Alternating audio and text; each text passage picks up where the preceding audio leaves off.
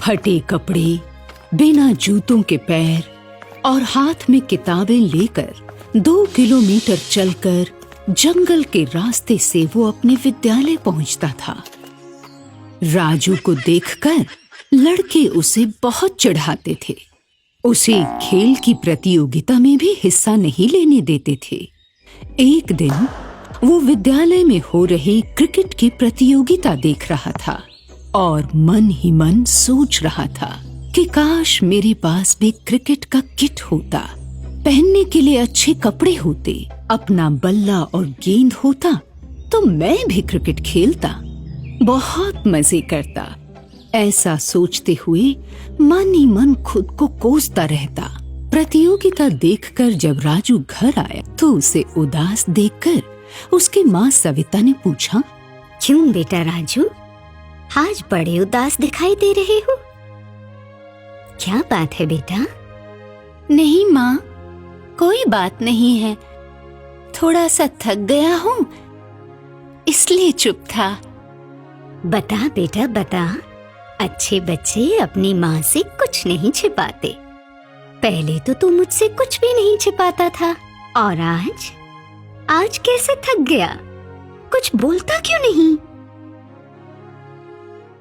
देखो माँ, मैं अपनी मन की बात बताता हूँ, मगर वादा करो तुम सुन के दुखी नहीं होगी। बता बेटा बता, बता मेरे राजू, मैं वादा करती हूँ मैं सुन के दुखी नहीं होऊंगी। माँ, मुझे भी क्रिकेट खेलने का शौक है, लेकिन खेल नहीं पाता हूँ। अपने घर की स्थिति देखकर कभी क्रिकेट नहीं खेल पाता हूँ। नहीं बेटा नहीं, अपने ऊपर विश्वास रखो, सब ठीक हो जाएगा। तुम्हारे भी अच्छे दिन आएंगे।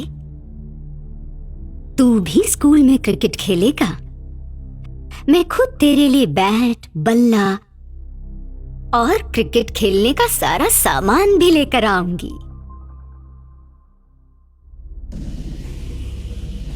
अगले दिन मन में क्रिकेट वाली बात को सोचते हुए राजू जंगल वाले रास्ते से गुजर रहा था कि तभी वहां पर बरगद का पेड़ बिना हवा चले ही हिलने लगा। पेड़ को इस तरह हिलते देख राजू रुक गया और उस पेड़ में से बच्चे की आकृति वाला एक डरावना भूत प्रकट होके राजू के सामने आता है। देख राजू, तेरा भी कोई दोस्त नहीं है, मेरा भी कोई दोस्त नहीं है, इसलिए हम दोनों दोस्त बन जाते हैं और इस घने जंगल में खूब खेलेंगे। बोल राजू, कैसा रहेगा? अनोखे भूत को देखकर राजू कहता है, अरे अरे, तेरे चेहरे को देखकर तो मुझे बहुत डर लग रहा है, कहीं तो मुझे मारेगा तो नहीं?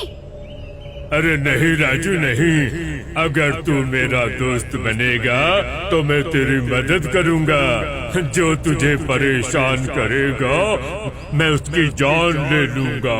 भूत की बात सुनकर राजू बेहद खुश हो गया और फिर जंगल में दोनों ने खूब खेला। उस दिन राजू ने अपने स्कूल का पूरा समय खेल में बिताया और फिर घर लौट आया। राजू रात को सोते वक्त फिर अपनी गरीबी के बारे में सोचता है। तब तक वही भूत उसके कमरे तक पहुंच जाता है। बोल राजू, तू क्यों परेशान है? मैं तेरी परेशानी दूर कर देता हूँ। भूत राजू को एक जादुई छड़ी देता है और कहता है कि इस छड़ी से जो भी मांगोगे वो तुम्हें मिल जाएगा। ये लो राजू, अब मैं जा रहा हूँ। अरे दोस्त, तू इतनी रात में कहाँ जा रहा है, अकेले अकेले? अरे वहीं अपने बरगद के पेड़ पे। पर एक बात ध्यान रखना, कल खेलने जरूर आना। और हाँ, छड़ी और मेरे बारे में किसी को कुछ मत बताना, नहीं तो मैं तुम्हारा दुश्मन बन जाऊंगा, तुम्हें मार दूंगा। भूत राजू से ये सारी बातें कहकर गायब हो जाता है। तो राजू सोचता है, देखता हूँ इस छड़ी का कमाल। वो भूत सही कह रहा था या गलत? ऐसा सोचकर राजू जादुई छड़ी से कहता है, ए जादुई छड़ी, दिखा दे अपना कमाल और कर दे मुझे माला माल। छड़ी से इतना कहते ही छड़ी का रंग लाल हो जाता है और छड़ी उसे सोने से भरा एक थैला देती है, जिसे देखकर राजू बहुत खुश होता है। सुबह होते ही वो सोने का थैला अपने पिताजी को देता है। तो उसके पापा उससे पूछते हैं,